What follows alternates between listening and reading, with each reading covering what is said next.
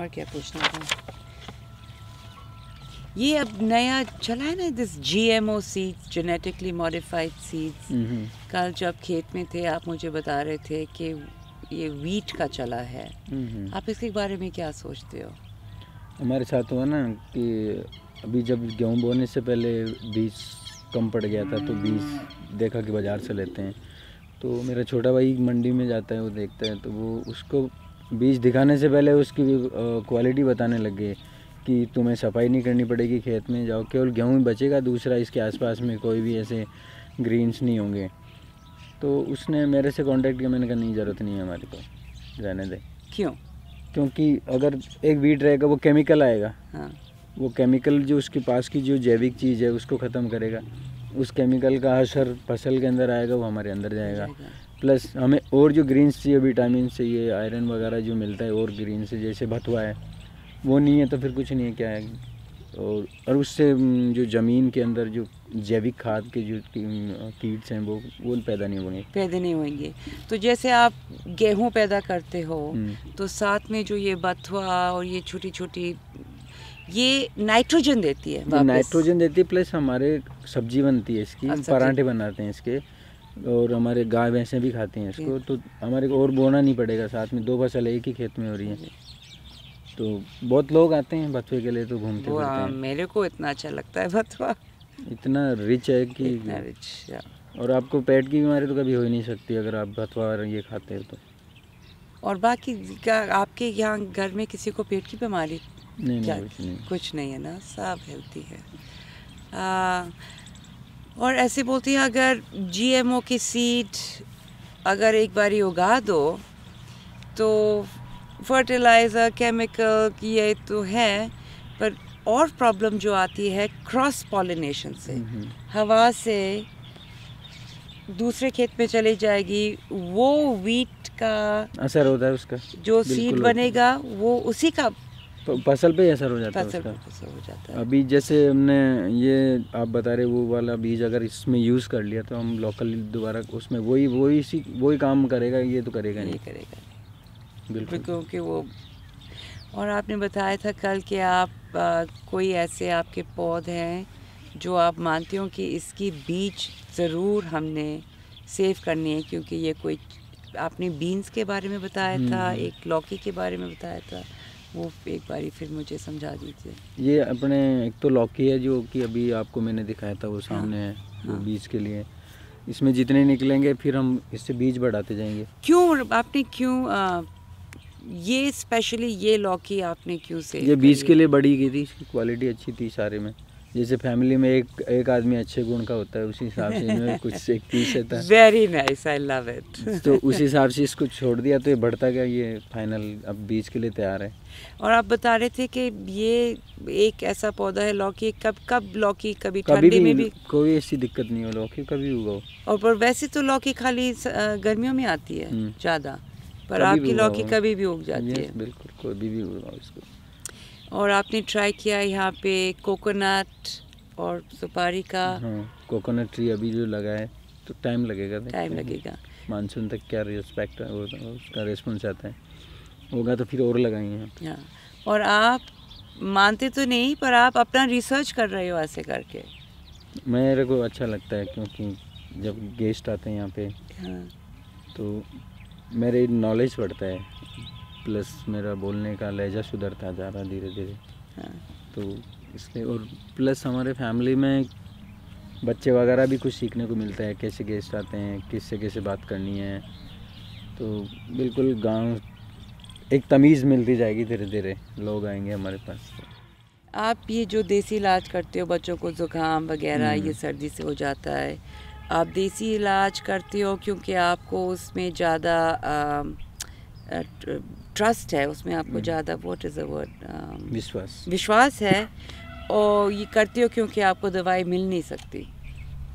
नहीं, दवाइयाँ मिलती हैं, हम लेते नहीं हैं। क्यों? क्योंकि हमारा नुस्खा ही काम आ रहा है, दवाई को क्यों लें?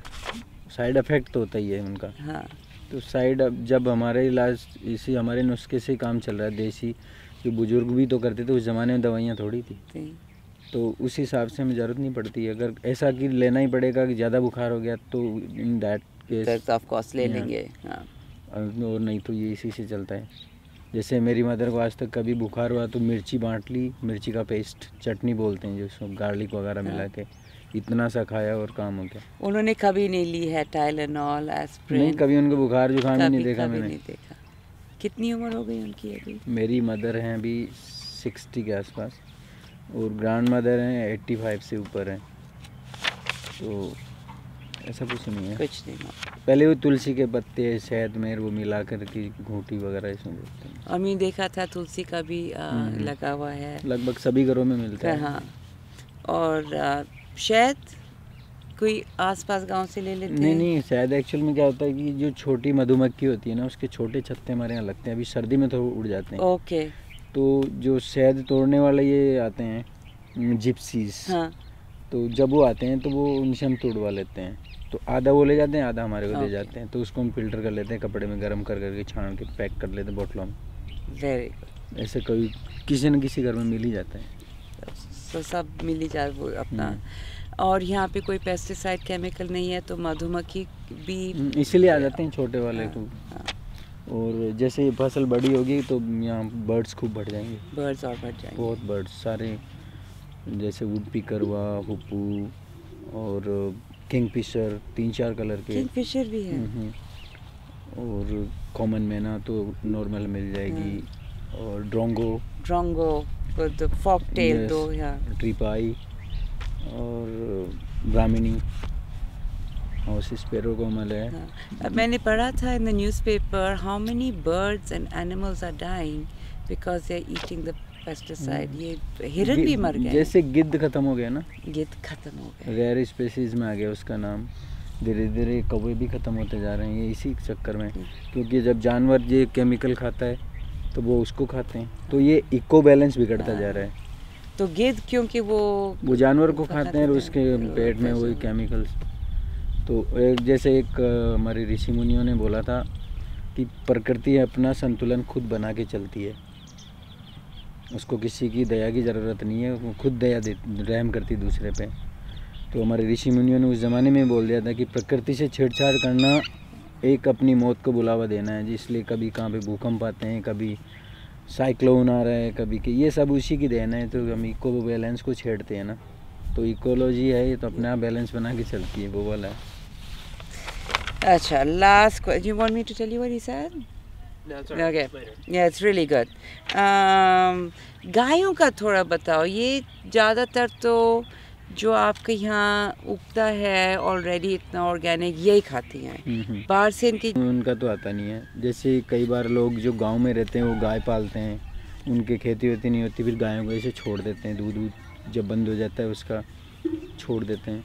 उसके बाद में क्या, गायों चारा खाती रहती है, प्लास्टिक वगैरह ये खा जाती हैं। अगर प्लास्टिक पेट में चला गया तो डॉक्टर नहीं बचा सकता उसको, ये 200% गारंटी है।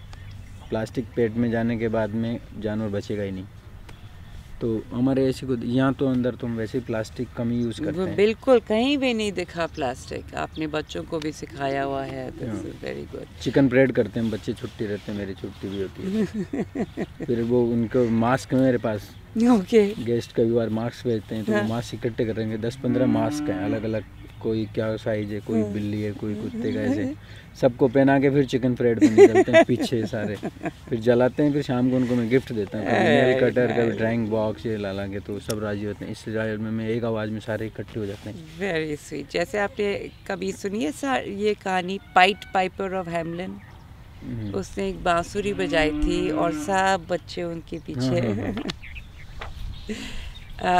पर आपकी गाय बाहर का फीड ज़्यादा, कभी कभार अगर ऐसा जरूरत कम पड़ गया, ज़्यादा गर्मी या वैसे में अगर नहीं मिला, वैसे तो बस यही का खाते हैं। जो जैसे वो जो उधर बो रखे हैं ना, तो वो ये इन्हीं के काम आएंगे। हम तो आटे में बहुत कम यूज़ करते हैं, फिर मिक्सिंग में ही काम में लेते हैं। और वो कितनी हाई प्रोटीन न्यूट्रिशियस चीज़ है वो खाती है गाय। और बस